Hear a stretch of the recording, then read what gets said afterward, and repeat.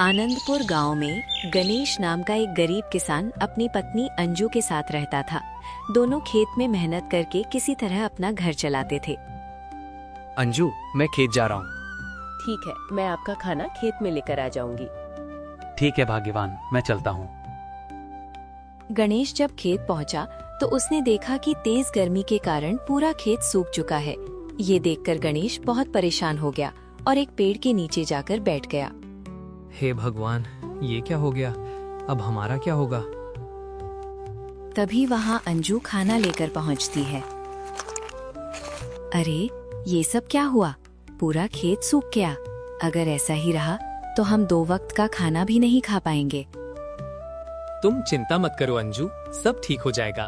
दोनों उदास होकर वापस घर लौट आते हैं। तभी उनकी पड़ोसन सरोज उनके घर वड़ा पाव लेकर आती है। ये लीजिए, आज मैंने घर में वड़ा पाव बनाए थे तो सोचा आप लोगों को भी दे दूं। बहुत बहुत धन्यवाद सरोज दीदी। वड़ा पाव देखकर अंजू के मन में एक आइडिया आता है। सुनिए, क्यों ना हम गांव में वड़ा पाव बेचने का काम शुरू करें? तुमने सही कहा, और तुम्हें तो बहुत स्वादिष्ट वड़ा पाव बनाना आता है। मैं घर पर वड़ा पाव बना दूंगी और आप गांव में जाकर बेच देना। शायद इससे हमारा घर खर्च चल सके। पर अंजू, हमारे पास वड़ा पाव बनाने के लिए सामग्री भी नहीं है और पैसे भी नहीं है। मैं ऐसा करता हूँ, सरपंच जी के पास जाकर कुछ पैसे उधार ले आता हूँ। गणेश सरपंच के पास जाता है। अरे गणेश, कैसे आना हुआ? सरपंच जी, मुझे कुछ पैसे उधार चाहिए। क्यों गणेश, क्या काम आ गया? गर्मी के कारण खेत सूख गया है, इसलिए मैं वड़ा पाव बेचने का काम शुरू करना चाहता हूँ। ठीक है गणेश, मैं तुम्हें पैसे दे देता हूँ, लेकिन समय पर लौटा देना। धन्यवाद सरपंच जी। गणेश पैसे लेकर बाजार से वड़ा पाव बनाने की सारी सामग्री खरीद लाता है। अंजू, ये लो, मैं सारी सामग्री ले आया हूँ। अब तुम जल्दी से वड़ा पाव बना दो। अंजू रसोई में जाकर वड़ा पाव बनाना शुरू करती है।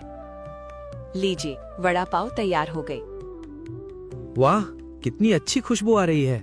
मैं इन्हें टोकरी में रखकर बेचने जाता हूँ। ठीक है, मैं आपका इंतजार करूंगी। गणेश टोकरी में वड़ा पाव रखकर गांव में बेचने निकल पड़ता है। वड़ा पाव ले लो, गर्मा गर्म ताजा वड़ा पाव ले लो, गर्मा गर्म ताजा वड़ा पाव ले लो। अरे गणेश भाई, ये वड़ा पाव बेचने का काम कब शुरू किया? बस भाई, अभी हाल ही में शुरू किया है। अच्छा, तो एक वड़ा पाव देना जरा। ये लीजिए आपका वड़ा पाव।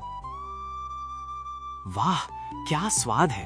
इतना स्वादिष्ट वड़ा पाव मैंने कभी नहीं खाया। भाई, 2 और दे दो और 5 घर के लिए पैक कर दो। देखते ही देखते वहाँ भीड़ लग गई और थोड़ी ही देर में गणेश के सारे वड़ा पाव बिक गए। अब गणेश का वड़ा पाव का काम बहुत अच्छा चलने लगा। पूरे गांव में उसके वड़ा पाव के चर्चे होने लगे। दूर दूर के गांव से भी लोग उसके वड़ा पाव खाने आने लगे।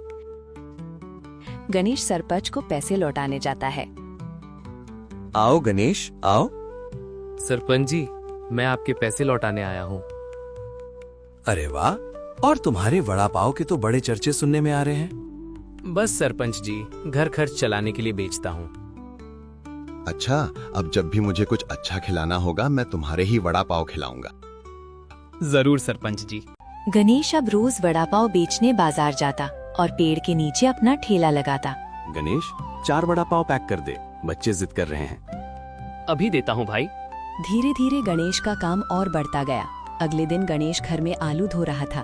तभी उसका दोस्त अंकित अपनी पत्नी के साथ वहाँ आता है।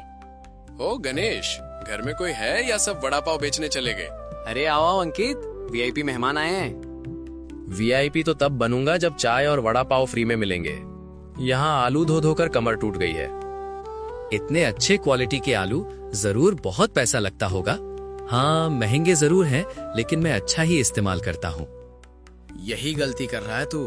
क्या मतलब? गांव के बाहर एक बाजार लगता है, वहाँ सस्ते में आलू और मसाले मिल जाते हैं। इससे तेरा खर्च कम होगा और मुनाफा ज्यादा। अंकित की बात सुनकर गणेश के मन में लालच आ जाता है। सही तो कह रहा है, मैं क्यों ज्यादा पैसे खर्च करूं? गणेश दूसरे गांव के बाजार से सस्ते और घटिया आलू व मसाले खरीद लाता है। अब वो उन्हीं से वड़ा पाव बनाकर बेचने लगता है। अरे गणेश, ये वड़ा पाव इतना हल्का क्यों है? इसमें आलू कम है क्या? अरे नहीं नहीं, ऐसा कुछ नहीं है। शाम को गणेश घर आकर कमाई गिन रहा होता है। आज कितनी कमाई हुई? बस 500 रुपए। और आज काफी वड़ा पाव बच गए हैं, मैं इन्हें कल फिर बेच दूंगा। ये आप क्या कह रहे हैं? खराब खाना लोगों को खिलाएंगे? तुम क्या जानो बिजनेस के बारे में। गणेश अंजू की बात नहीं सुनता। अगले दिन गणेश वही बचे हुए वड़ा पाव फिर से बेचने निकल जाता है। गणेश अंकल, कल वाले वड़ा पाव खराब थे, मम्मी बहुत गुस्सा कर रही थी। चुप, ऐसा कुछ नहीं है। जैसे आपके वड़ा पाव में आलू नहीं था, वैसे ही मेरे पैसे में गांधी जी नहीं है। धीरे धीरे पूरे गांव में लोग बीमार पड़ने लगे। सबको पेट दर्द, उल्टी और फूड पॉइजनिंग होने लगी। ये फूड पॉइजनिंग है, जरूर किसी ने खराब खाना खाया है। डॉक्टर साहब, सबने गणेश के वड़ा पाव खाए थे। तभी वहाँ से गुजरते हुए एक आदमी गणेश से बात करता है। अरे गणेश भाई, अब कुछ दिनों तक वो दुकान नहीं खुलेगी। क्यों भाई, क्या हुआ? गांव में फूड इंस्पेक्टर आए थे और मिलावटी सामान बेचने पर दुकान वाले को पुलिस पकड़ कर ले गई। ये सुनकर गणेश और अंजू घबरा जाते हैं और घर लौट आते हैं। उधर सरपंच फूड इंस्पेक्टर के पास गणेश की शिकायत लेकर पहुंचता है। नमस्ते इंस्पेक्टर साहब। नमस्ते सरपंच जी, कहिए। मैं चाहता हूँ कि आप गणेश के वड़ा पाव की भी जांच करें। ठीक है, हम जांच करेंगे। 2 दिन बाद जब गणेश वड़ा पाव बना रहा होता है, तभी वहाँ सरकारी गाड़ियाँ आकर रुकती हैं। कौन है यहाँ? हम फूड इंस्पेक्टर हैं। जी साहब, हम तुम्हारे वड़ा पाव और सामग्री की जांच करने आए हैं। पर साहब, मैं तो ताज़ा वड़ा पाव ही बेचता हूँ। गणेश को अपनी गलती का एहसास होने लगता है। मुझे माफ कर दो अंजू, मुझसे बहुत बड़ी गलती हो गई। अब पछताने से क्या होगा? लोगों की सेहत खराब हो गई है। अगर किसी को कुछ हो जाता तो? गणेश को समझ आ जाता है कि पैसे से ज्यादा जरूरी लोगों की सेहत होती है। और दोस्तों, इस वीडियो में जिन जिन लोगों ने कमेंट किया है, उनका नाम हमने इसमें इस्तेमाल किया है। अगर आप भी चाहते हैं कि आपका नाम हमारे अगले वीडियो में आए, तो अभी कमेंट करें और चैनल को सब्सक्राइब जरूर करें।